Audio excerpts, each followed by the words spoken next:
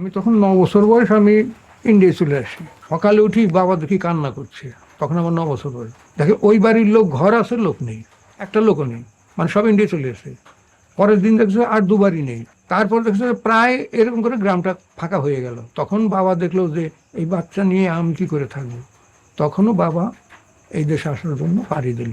তারপরে আস্তে আস্তে কাজ করতে করতে এই বাবা আমাকে শেখালো। লেখাপড়াটা হলো না, বললো যে ভবিষ্যতে যদি বেঁচে থাকতে দাও কাজটা ভালো করে শিখে না।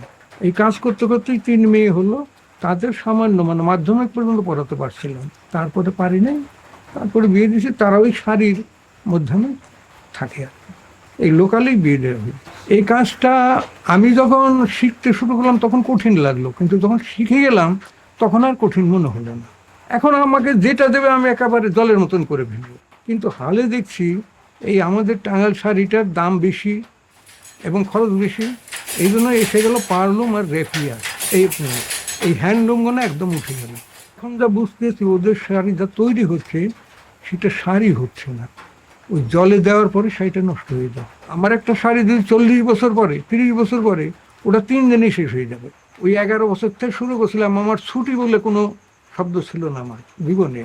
আমি 18 ঘন্টা থেকে 20 ঘন্টা পর্যন্ত ডিউটি করেছি এই কাজ, কিন্তু সেই দিন আর নেই। এখন আমি অত পারি না, আমি 12 থেকে 13 ঘন্টা টানি।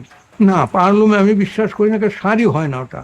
আমার বাবা বলতো কাপড় আর চোপড়, আমার কাছে ওটা চোপড় মনে হচ্ছে এখন।